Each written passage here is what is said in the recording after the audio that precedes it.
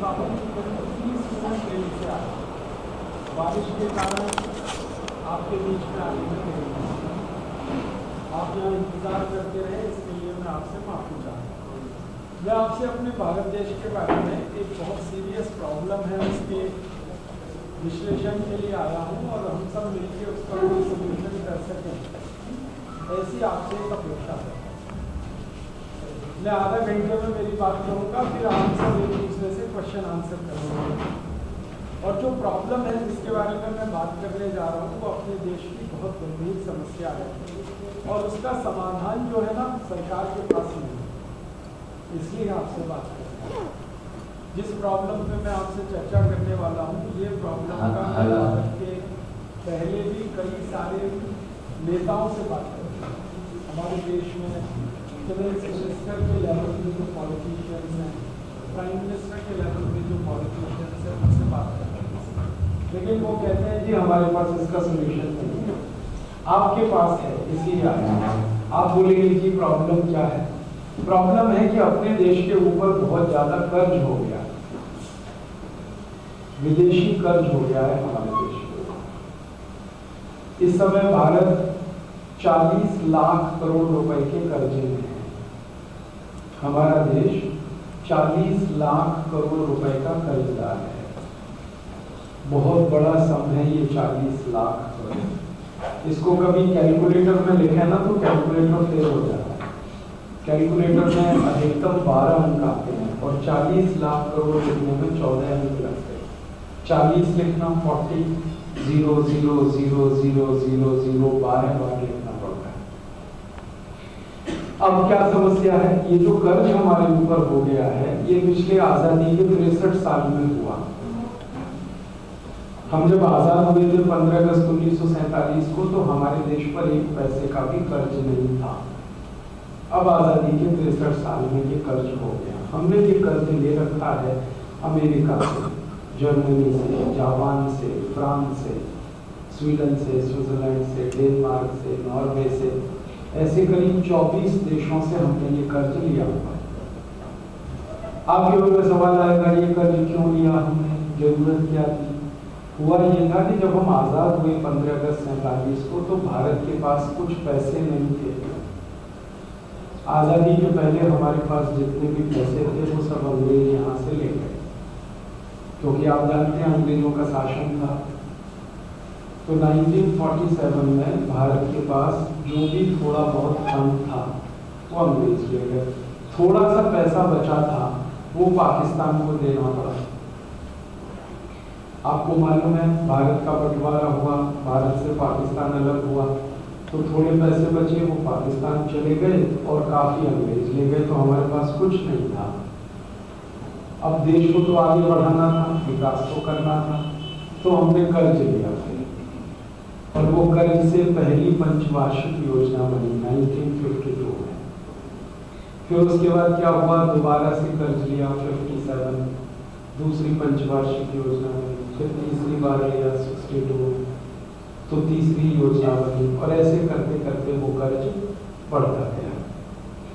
अभी वो हो गया है 40 लाख करोड़। ये भारत में जो भी थोड़ा बहुत हमें डेवलपमेंट दिखाई देता है, चंडीगढ़ में ऐसा है, सड़कें हैं, हाईवे पुल बने हैं, रेलवे लाइन है, हमारे देश में बड़ी बड़ी IITs बने हैं, बहुत सारे इंजीनियरिंग कॉलेज, मेडिकल कॉलेज, इसमें ज़्यादातर हमने कर्ज का इस्तेमाल किया, लोगों को यूज किया। अब समस्या क्या है? समस्या 3 है। पहला तो इसका हमें इंटरेस्ट पे करना पड़ता है, हर साल विदेशी कर्ज का ब्याज देना पड़ता है। तो वो प्रॉब्लम क्या आती है कि हमारी जो टोटल इनकम है देश की, उसका लगभग 50% उसके ब्याज में चला जाता है। जैसे मान लो मेरी 100 रुपए की आमदनी है घर की, तो 50 रुपए मुझे हर बार कर्ज के ब्याज में देने पड़ते हैं। तो देश की जो टोटल इनकम है उसका 50% ब्याज में चला जाता है और जो बचा हुआ 50% है वो हमारे देश के जो पॉलिटिशियंस हैं, ब्यूरोक्रेट्स हैं, पूरी जो हायरार्की है, इसको सैलरी देने में चला जाता है। तो नए डेवलपमेंट के लिए हमारे पास पैसे हमेशा कम पड़ते हैं। तो तो फिर हमें कर्ज लेना पड़ता है। ऐसा एक विशियस सर्कल बन गया। अब एक और प्रॉब्लम आ गई है पूरे देश में कि जिन देशों ने हमको कर्ज दिया है वो देश अभी हमारे ऊपर कई तरह की कंडीशंस लगा है। जैसे अमेरिका है, जैसे कनाडा है, उन्होंने हमारे ऊपर कुछ कंडीशंस लगा दी है और उनको फॉलो करना हमारी मजबूरी हो गई है। जो 24 देश है ना, इनका एक ग्रुप है, उसको OECD कहते हैं। OECD कंट्रीज का हमारे ऊपर कर्ज है और उन्होंने हमारे ऊपर कुछ कंडीशंस लगा दिए। उनका पहला कंडीशन है कि भारत का जो रुपया है उसको कमजोर करो, अमेरिका के डॉलर को मजबूत करना भारत में। तो इस समय हमारे देश का 46-47 रुपीज अमेरिका के $1 के बराबर है। एक्चुअली अगर हम कैलकुलेट करें ना तो डॉलर और रुपये में इतनी अंतर नहीं है, लेकिन चूंकि हम OECD कंट्रीज के प्रेशर में हैं इसलिए हमारा रुपया बहुत कमजोर है। 46 रुपए में $1 आता है, 46 रुपीज पर डॉलर। जब हम आजाद हुए थे तब हमारा $1 और $1 बराबर में था। अब 46 रुपीज $1 हो गया। इसका माने क्या हुआ? रुपए की कीमत 46 टाइम्स कम हो गई। और रुपए की कीमत अगर 46 टाइम्स कम हो गई तो रुपए की परचेजिंग कैपेसिटी 46 टाइम्स कम हो गई। रुपए से कुछ हम खरीदें वो 46 गुना महंगा हो गया। आप महसूस करते हैं महंगाई बहुत है अपने देश में, और आज 5 जुलाई को सारा देश बंद है महंगाई के लिए। ये महंगाई का सबसे बड़ा कारण है रुपए की क्रय शक्ति कम होना, परचेजिंग कैपेसिटी बहुत कम है। और रुपए की क्रय शक्ति कम होने का माने है रुपए से हम जो चीजें खरीदते हैं। ऐसे समझाता, जब हम आजाद हुए ना तो $1 में जितनी चीज हम खरीद सकते थे आज उतनी ही चीज को खरीदने के लिए 46 रुपए लगते हैं। सेम तो 46 गुनी महंगी हो गई ना वो चीज हमारे लिए। और जब हम खरीदेंगे उस चीज को तो हमारी आमदनी 46 गुनी कम हो जाएगी।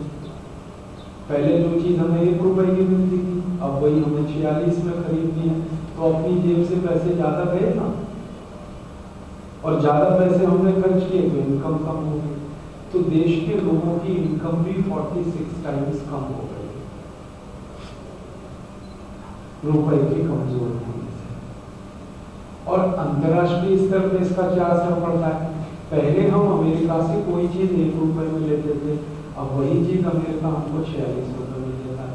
तो इंपोर्टेड जो वस्तुएं हैं आयात होने वाली वो 46 गुनी महंगी होगी। हम इंपोर्ट क्या करते हैं? सबसे ज्यादा पेट्रोल, क्योंकि अपने देश में पेट्रोल नहीं होता है।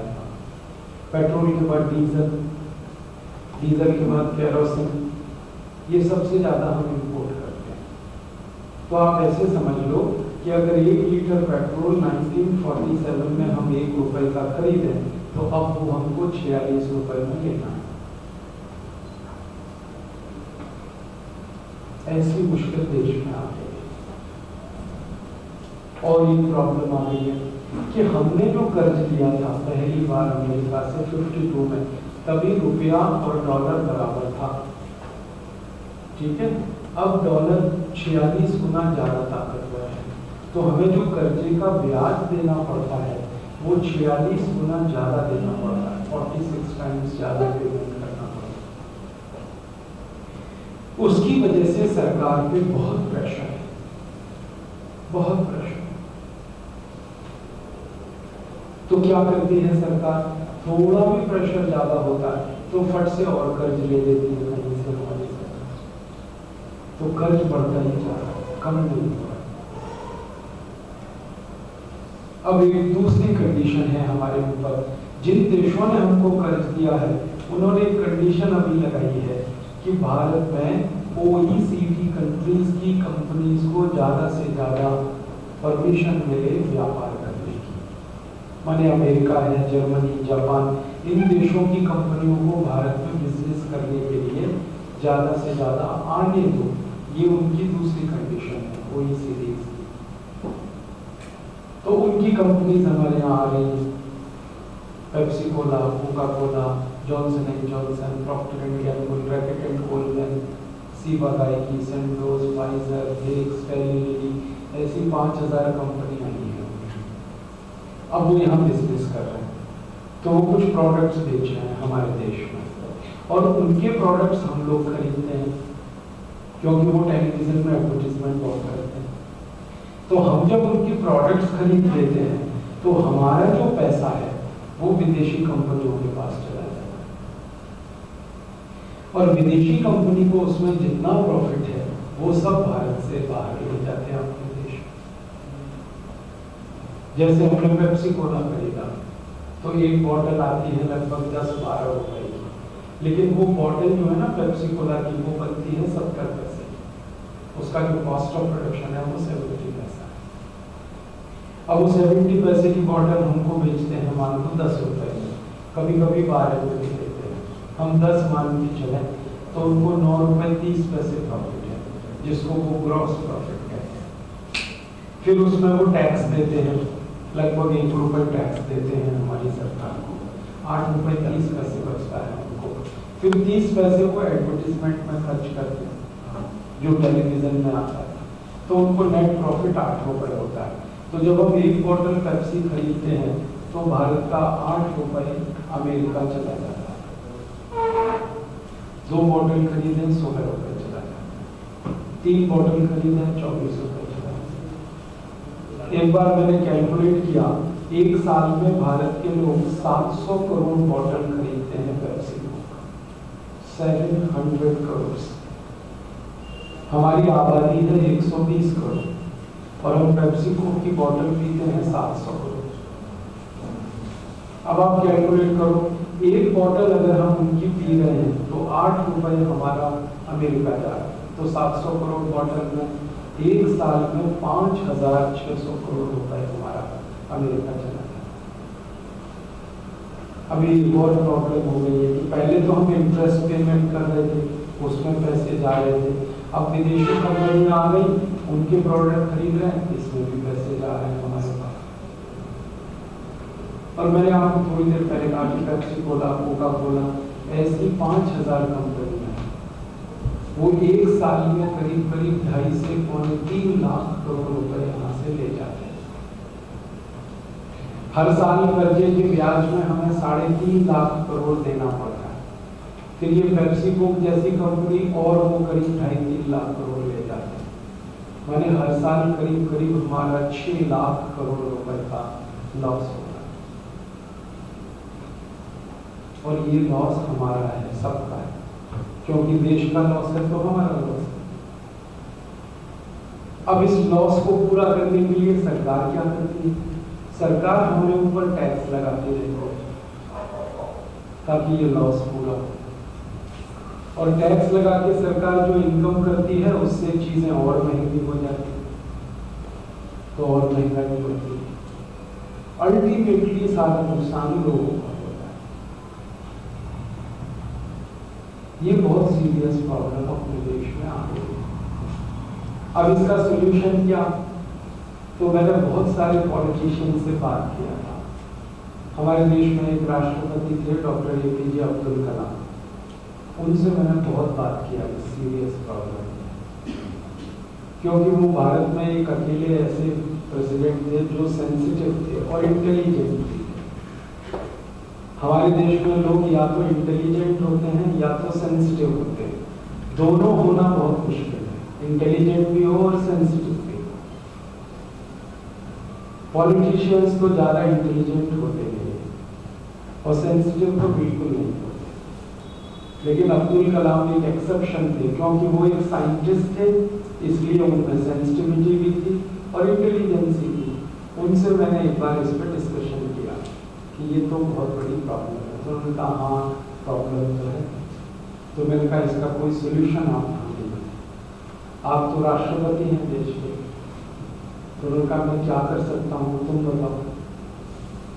मैंने कहा आपके पास 2-3 मैं सुझाव देता हूँ, कोई भी आप उसको फॉलो करिए, ये प्रॉब्लम सॉल्व करना है। तो उनका बताओ क्या करना? मैंने कहा पहला ये करना कि ये जो कर्ज हम ले रहे हैं इसलिए हमें इंटरेस्ट पे करना पड़ रहा है, तो सबसे पहला काम तो हम कर्ज लेना बंद कर दें, इमीडिएट। उनका ठीक है। फिर मैंने कहा दूसरा काम कि जो कर्ज हमने ले रखा है इसका हम रिपेमेंट कर दें, ठीक है। तो आधी प्रॉब्लम सॉल्व, नया कर्ज लेंगे नहीं और पुराना जो ले रखा है इसका रिपेमेंट कर दें। फिर उनका ठीक है। फिर तीसरा उन्होंने कहा क्या, मैंने कहा तीसरा ये रास्ता है कि इन दोनों काम को करने के बाद जो छोटी छोटी चीजें हैं उनको हम फिर सॉल्व कर लेंगे। तो उनका मैं क्या करूँ, मैंने कहा आप सरकार के जो अधिकारी हैं उनकी एक मीटिंग बुलाओ, कैबिनेट सेक्रेटरी को कहो, वो सबकी मीटिंग बुलाएगा। उनका ठीक है। तो उन्होंने कहा तुम तो उस मीटिंग में नहीं आ सकते। मैंने कहा मैं नहीं आ सकता, लेकिन मैं आपको एजेंडा बना के दे रहा हूँ, आप इस मीटिंग में उसको रखो। तो प्रेसिडेंट ने मीटिंग बुलाई, तो सभी सेक्रेटरी, कुछ मिनिस्टर्स भी आए, कुछ एमपीज आए, और उनके सामने उन्होंने कहा कि भारत को कर्ज नहीं लेना चाहिए। तो सब लोगों ने कहा बात तो सही है, नहीं लेना चाहिए, लेकिन खर्चा कैसे चलेगा, कर्ज हम ना लें, ठीक है। तो एक चीफ सेक्रेटरी ने कहा कि हम तो अगर विदेशी कर्ज नहीं लेंगे तो हमारी तो सैलरी देने के लिए भी पैसे नहीं, जो सरकार के कर्मचारी काम कर रहे हैं उनको सैलरी देने का भी पैसा नहीं, तो हम तो ये नहीं कर पाएंगे, कर्ज ना है। तो डॉक्टर अब्दुल कलाम ने कहा कि कोई दूसरा रास्ता निकालो, इनकम बढ़ाओ देश की। तो उनका वो रास्ता हमारे पास नहीं है, सरकार की इनकम तो बहुत कम है, खर्चा तो बहुत ज्यादा है, और ऐसा कोई रास्ता नहीं है कि हम इनकम बढ़ा सकें, खर्चे बढ़ते रहते हैं सरकार के। तो वो मीटिंग फेल हो गई। फिर डॉक्टर कलाम से मैं मिला, मैंने कहा क्या हुआ, तो उनका मीटिंग में कुछ नहीं हुआ। सेक्रेटरीज ने कहा कि हम विदेशी कर्ज लेना बंद नहीं कर सकते क्योंकि हमारे पास पैसे की बहुत कमी है, हम तो सैलरी भी नहीं दे पाएंगे अगर कर्ज ना लें तो। तो डॉक्टर कलाम ने कहा अब दूसरा कोई आइडिया निकालो। मैंने कहा दूसरा एक आइडिया है कि भारत के लोगों से आप अपील करो कि देश के कर्ज को चुकाएं। कहने लगे कैसे, मैंने कहा हर आदमी से कहो 20,000 रुपए दे दे, हर आदमी इस देश में 20,000 रुपए दे दे, तो कुल जो फंड इकट्ठा होगा उससे हम लोन को रिपे कर सकते हैं। तो डॉक्टर कलाम ने फिर दूसरी मीटिंग बुलाई और सभी को कहा 20,000 रुपए दे दो। तो किसी ने कहा हाँ दे दिए, किसी ने कहा नहीं दे, ऐसा उसमें हो गया। लेकिन डॉक्टर कलाम ने सबसे पहले अपनी जेब से निकाल के दिया कि ये मेरा पैसा हम कर दे रहे। तो कुछ सेक्रेटरीज ने शर्म आई तो कहा मैं भी दूंगा, मैं भी दूंगा, लेकिन एमपीज लोगों ने कहा हम क्यों दें। तो वो भी बात बनी। फिर मैंने डॉक्टर कलाम को कहा कि आपका जो वेबसाइट है, उनका एक वेबसाइट है, मैंने कहा इस पर अपील करो देश के लोगों से, जो जो आपको पसंद करते हैं कम से कम वो तो 20,000 दे देंगे। तो उन्होंने अपील की, तो कुछ लोगों ने तो भेजा पैसा, सब ने नहीं भेजा। फिर एक अर्थशास्त्री हैं, उन्होंने डॉक्टर कलाम को ये कहा कि आप 20,000 रुपए किससे मांग रहे हो, क्योंकि 84 करोड़ लोगों के पास तो 20 रुपए नहीं एक दिन, वो कैसे देंगे। तो वो प्रॉब्लम भी नहीं सॉल्व, माने वो सोल्यूशन भी काम नहीं आया। और तब तक डॉक्टर कलाम का टेन्योर पूरा हो गया और री इलेक्ट वो हो नहीं पाए। कोशिश उन्होंने की थी, लेकिन कुछ पॉलिटिशियंस ने उनको जीतने नहीं दिया, क्योंकि डॉक्टर कलाम वो ईमानदार आदमी, खाते नहीं, दूसरों को खाने नहीं देते, और पॉलिटिशियंस को ऐसे लोग पसंद नहीं आते, उनको खाना और खाने वाला चाहिए, खिलाने वाला चाहिए। तो जब वो राष्ट्रपति पद से रिटायर हो गए तब उन्होंने मुझे फिर बुलाया, अब बताओ क्या करना है। मैंने कहा अब आप क्या कर सकते हैं, आप तो कुछ नहीं कर सकते। जब आप पावर में थे तब आप कुछ नहीं कर पाए, अब तो आप एक्स प्रेसिडेंट हैं, अब तो कोई नमस्ते भी नहीं करेगा आपको। क्योंकि हमारे हाथ में जो पावर है ना वो पोस्ट में है। एक्स प्रेसिडेंट तो क्लर्क से भी बदतर होता है। कहने लगे हाँ मुझे भी अब ये रियलाइज हो रहा है। अब अखबार वालों ने भी उनकी बातें छापना बंद कर दिया, टीवी में भी अब नहीं आता। पहले आपने देखा हर दिन अखबार में उनका स्टेटमेंट आता था, छोटी सी भी बात कहे वो कहते थे पेड़ लगाओ, तो फ्रंट लाइन की न्यूज बनती थी पेड़ लगाओ। अब वो रोज बोलते हैं, कहीं छपता है, टीवी वाले भी नहीं दिखाते, क्योंकि अखबार और टीवी वाले कहते हैं उनका क्या मूल्य है डॉक्टर कलाम का। ये है। अब फिर एक दिन मैंने उनसे कहा कि अब तो एक ही ऑप्शन है कि आप भी घूमो देश में और आपके जैसे सैकड़ों लोगों को घुमाओ देश में, और वो लोगों के पास जाकर ये प्रॉब्लम बताएं और लोगों से कहो कि इसका कोई सोल्यूशन निकालो। तो हम सब मिलकर इसका सोल्यूशन निकाल सकते हैं। गवर्नमेंट के पास इसका सोल्यूशन नहीं, प्राइम मिनिस्टर कुछ नहीं कर सकता, आप कर सकते हो, हम कर सकते हैं, मिलके कर सकते हैं। आप बोलोगे क्या करें? आपको मैं एक सीधा क्वेश्चन करता हूं। मान लो आपके घर पे कर्ज हो जाए, थोड़ी देर के लिए सोचो, आपके घर पे कर्ज हो गया, अब आपके घर में क्या करोगे? कर्ज हो गया आपके, बैंक का कर्ज हो गया मान लो, या किसी जमींदार से आपने कर्ज ले लिया। तो जब किसी घर पे कर्ज बढ़ जाता है तो घर के लोग क्या करते हैं?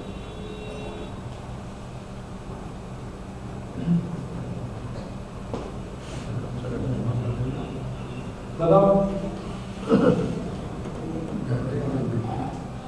खर्चा के टाइम आपको समझ में नहीं आ रहा, ये लोग तो पीछे वाले बोल रहे हैं। आप बताओ, आपके घर पे कर्ज बढ़ गया तो आप क्या करोगे?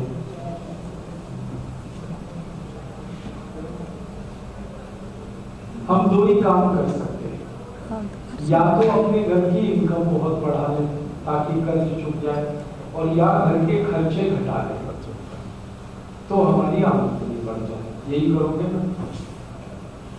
तो अब देश के ऊपर बहुत कर्ज है तो क्या करें? या तो देश की इनकम बहुत बढ़ा लें तो हम कर्ज को रिपे करें, और या देश के खर्चे बहुत कम कर दें तो हमारी इनकम बढ़ेगी। खर्चा जितना कम होता है आमदनी उतनी ही बढ़ती है। ठीक है? अब आप तो कहोगे हम तो विद्यार्थी हैं, हम इनकम कैसे बढ़ा सकते हैं देश की? क्योंकि आप तो कुछ नौकरी करते नहीं, आप तो इंडस्ट्री चलाते नहीं, बिजनेस कुछ करते नहीं, तो आपसे इनकम बढ़ाने की अपेक्षा तो मैं नहीं करूँगा, लेकिन इतना जरूर कर सकता हूँ कि आप खर्चा घटा सकते हैं। जो हम खर्च करते हैं ना रोज अपनी जिंदगी में, इसको अगर हम कम कर लें तो ये बहुत बड़ा आपका देश के लिए सहयोग होगा। हम खर्चा तो कोई भी घटा सकते हैं। तो देश के सारे विद्यार्थी मिलकर अगर अपना खर्चा घटा लें तो अल्टीमेटली देश का खर्चा घटेगा। हमारी एक फैमिली है, मान लो उसका एक महीने का खर्चा 20,000 रुपये, 25,000। अब अगर हम एक फैमिली का खर्चा 20,000 से 15,000 कर दें तो 5,000 रुपये पर फैमिली हमने खर्चा बचाया। और देश में 21 करोड़ फैमिलीज हैं, अगर ऐसा ही वो करें तो बहुत बड़ी रकम हम देश के लिए जनरेट कर सकते हैं। और मान लो हम हमारे फैमिली का खर्चा 20,000 से 10,000 कर दें तो और ज्यादा हम देश के लिए मदद कर सकते हैं। हमारा जैसे छोटा घर है वैसे छोटे छोटे घरों से मिलकर ये देश एक बड़ा घर है। तो छोटे घर में जो कुछ होगा वो बड़े बड़े घर को रिफ्लेक्ट करेगा, वहां उसका असर है। तो आप सब विद्यार्थियों को मैं ये कहने आया कि आप अपने देश के लिए अपना खर्चा घटा दें। ठीक है? तो आप बोलोगे कि खर्चा कैसे घटाएं? महात्मा गांधी ने एक सूत्र दिया हमको खर्चा घटाने के लिए। गांधी जी कहते थे सिंपल लिविंग हाई थिंकिंग।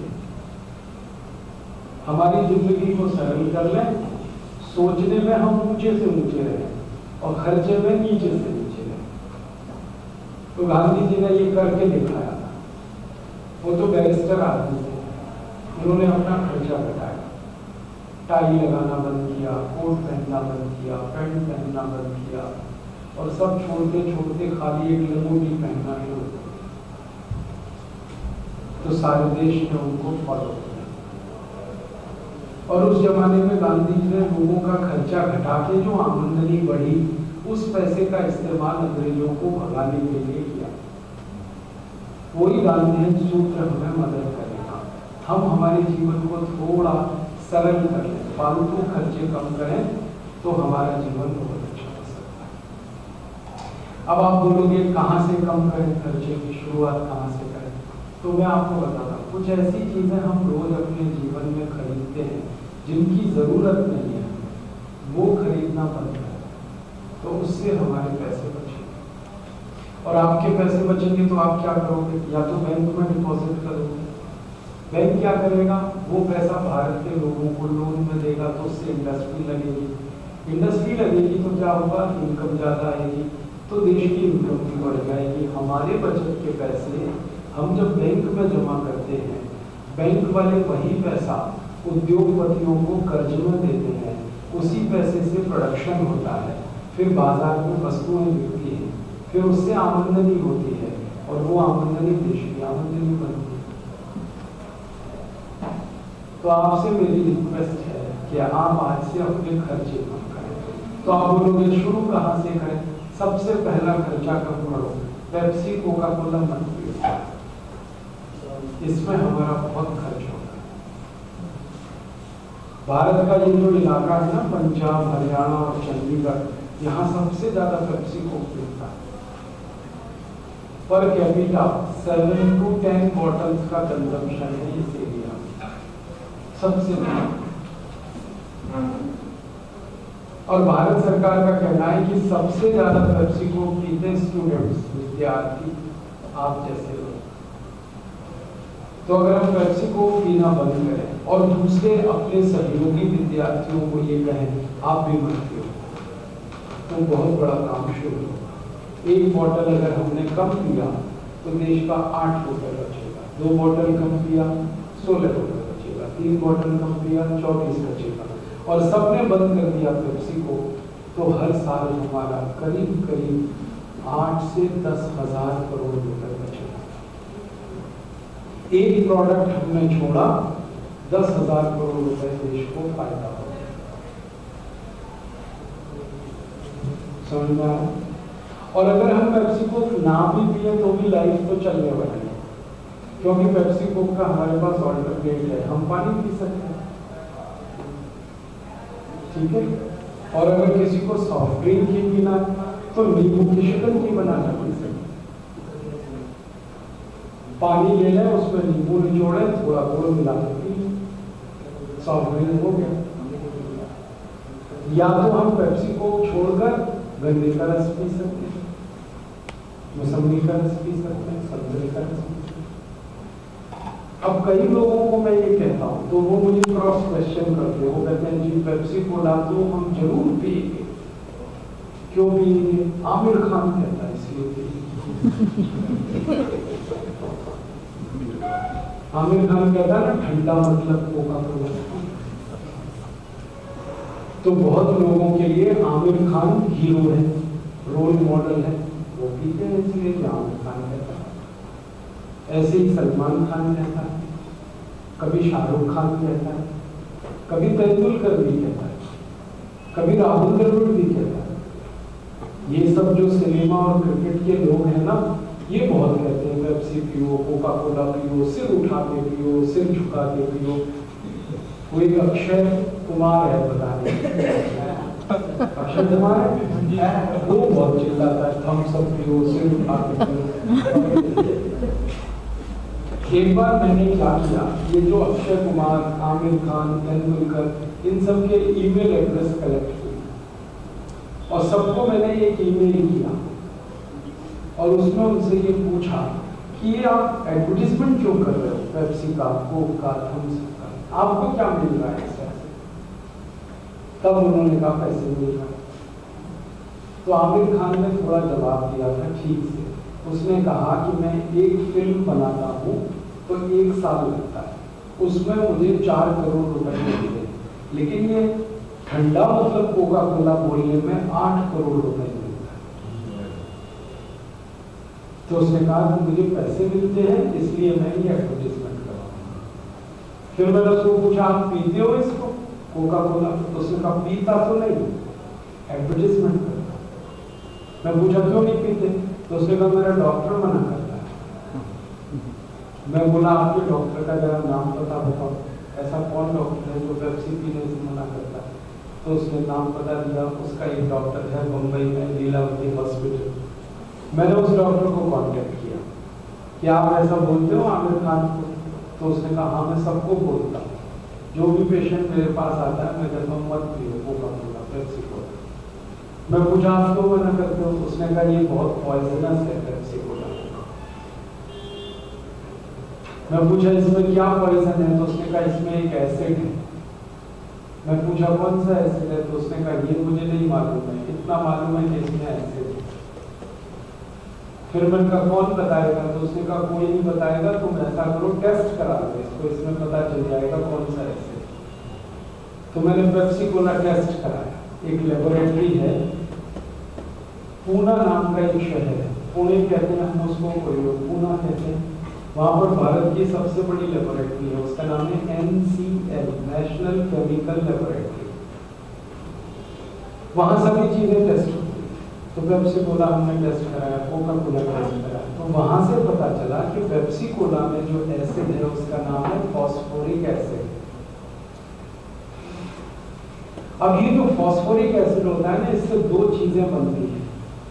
एक तो पेप्सी कोका कोला बनता है, दूसरा इससे बनता है हार्पिक। हार्पिक आप जानते हैं क्या है?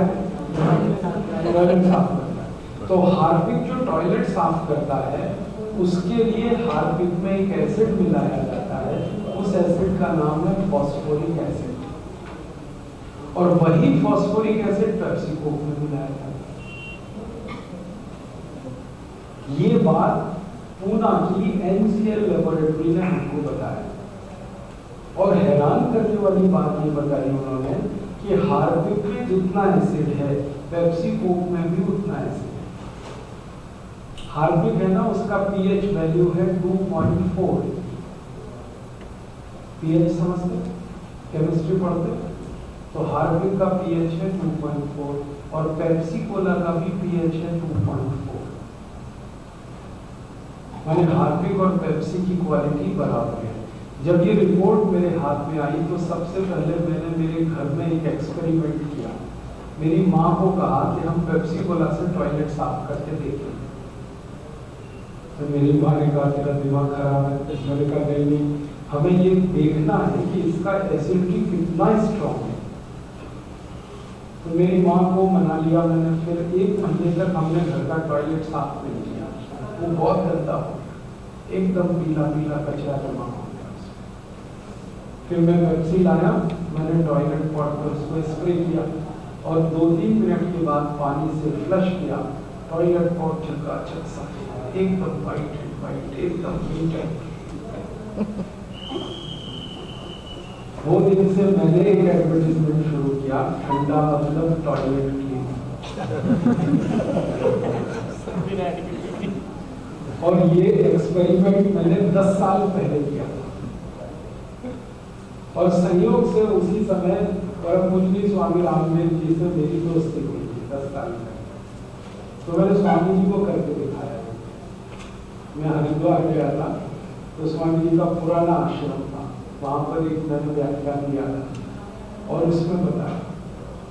तो स्वामी जी ने उसी दिन से बोलना शुरू किया, ठंडा मतलब टॉयलेट। अब आप सोचो कि हम टॉयलेट क्लीनर पी जाते और कोई लोग तो 10-10 बोतल पी जाते, और कोई लोग तो ऐसे हैं कि अकेले नहीं पीते, अपने मेहमान को भी पिलाते हैं टॉयलेट। और हमारे घर में कुछ ऐसे मूर्ख मेहमान आते हैं जो घर में घुसते ही कहते हैं ठंडा लाओ।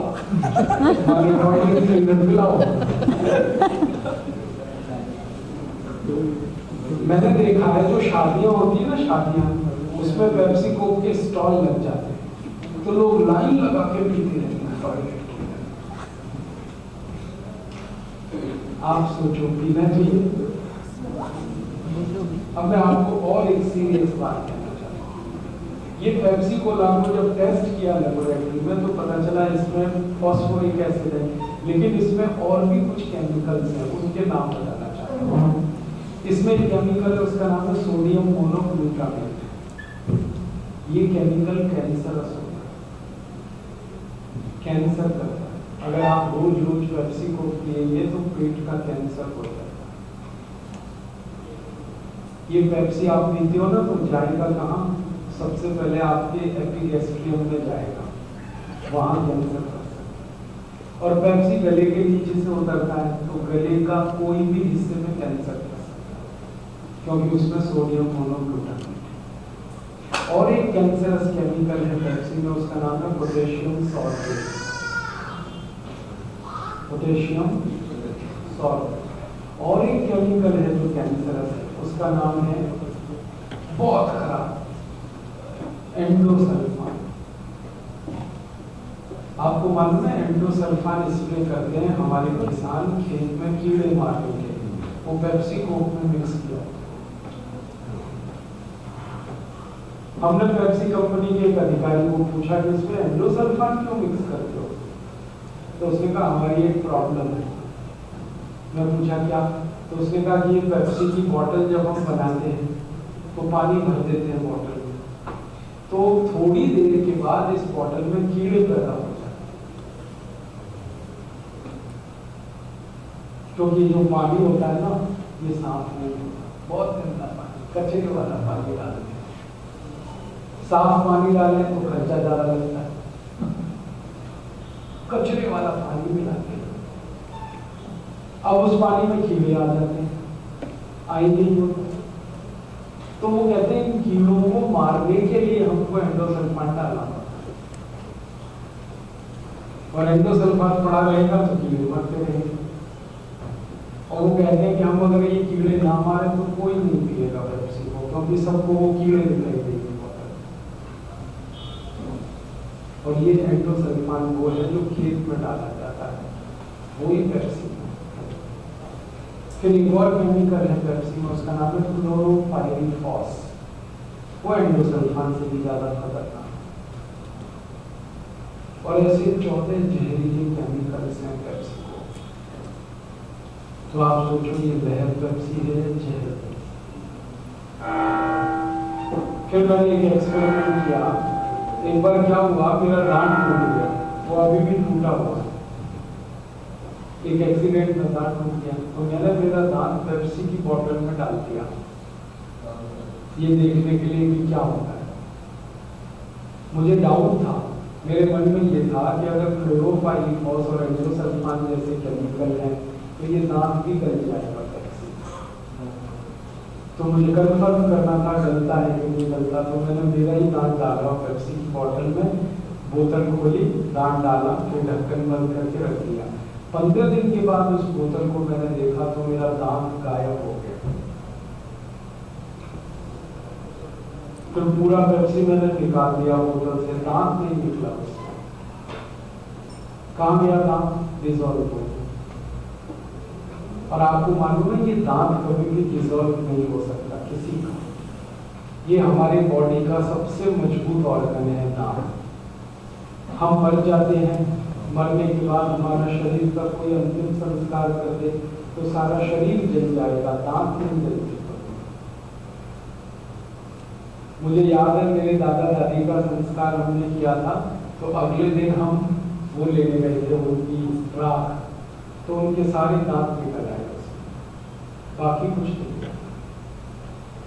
और किसी व्यक्ति को जमीन में खड्डा खोद के गाड़ दें तो भी 10 साल बाद दांत ही निकलते हैं, बाकी कुछ नहीं निकलता। ये दांत कभी मरते नहीं, लेकिन पेप्सी कोक में डालने को डिसॉल्व हो जाता है, मर जाते हैं।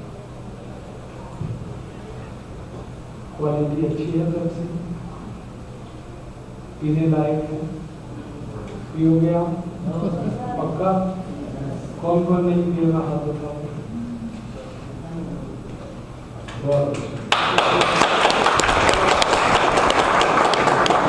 अच्छा, अब मैं आपसे एक बात कहूंगा, आप तो नहीं पियोगे पेप्सी को, अगर आपके मम्मी पापा पिएंगे तो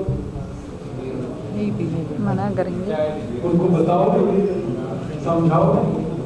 उनको दो बातें समझाना। पहला कि इसमें तो टॉयलेट क्लीनर वाला एसिड है और उसका नाम याद रखना, फॉस्फोरिक एसिड। फिर दूसरा कहना कि इसमें दांत गलाने वाली भी केमिकल है, एंडोसल्फान क्लोरोपाइरिफॉस।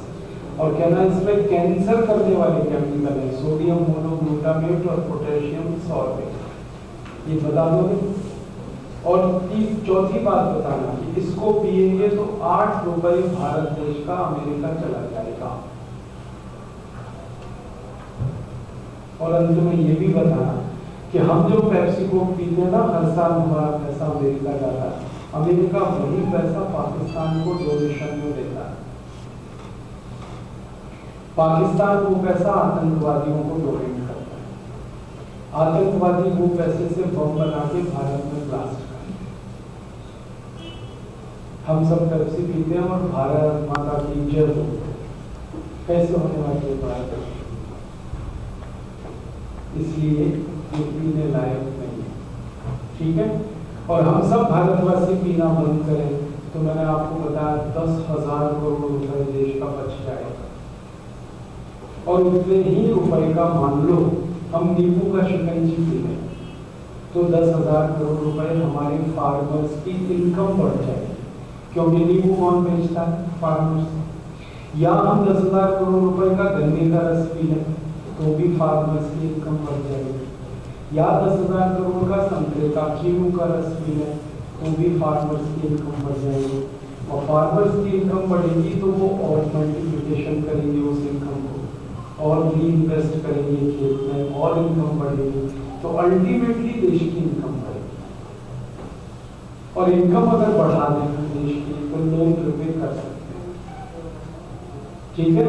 तो आप सब मिलकर देश के लिए बहुत बड़ा कॉन्ट्रीब्यूशन दे सकते हैं। समझ में आया? और एक दो बात समझा दो। हम कई बार कुछ ऐसे प्रोडक्ट खरीदते हैं जिसकी हमें कोई जरूरत नहीं है। अब मैं एक और उदाहरण देता हूँ। हम टूथब्रश करते हैं, कॉलगेट खरीदते हैं, क्लोजअप, पेप्सोडेंट, सिबाका, फॉरेंस। हर साल भारत में करीब 20,000 करोड़ रुपए के टूथपेस्ट खरीदे जाते हैं। और किसी को पूछो क्यों करते हो टूथपेस्ट, तो कहते हैं दांत साफ करते, इसलिए टूथपेस्ट करते। दांत साफ करने के लिए तो अपने पास बहुत कुछ है, पेस्ट ही क्यों करें? आप बोलोगे कि पेस्ट में क्या खराबी है? उसमें प्रॉब्लम ये है कि आप खरीदते हो टूथपेस्ट 30 रुपए का 100 ग्राम कॉलगेट, ठीक है? और वो बनता है मुश्किल से 3 रुपए का 100 ग्राम, मुश्किल से 3 रुपए का 100 ग्राम। कॉस्ट ऑफ प्रोडक्शन उसका बहुत कम है। आप बोलोगे इतना सस्ता पेस्ट क्यों बनता है? क्योंकि पेस्ट जिस वस्तु से बनता है वो वस्तु बहुत सस्ती है। पेस्ट बनता है डाई कैल्शियम फॉस्फेट से, और डाई कैल्शियम फॉस्फेट आता है 1 रुपए का 1 किलो।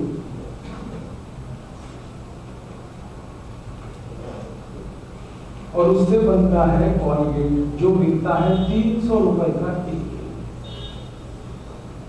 कॉलगेट 30 रुपए का 100 ग्राम है कि नहीं? तो 1 किलो कितने का हुआ? 300 रुपए का।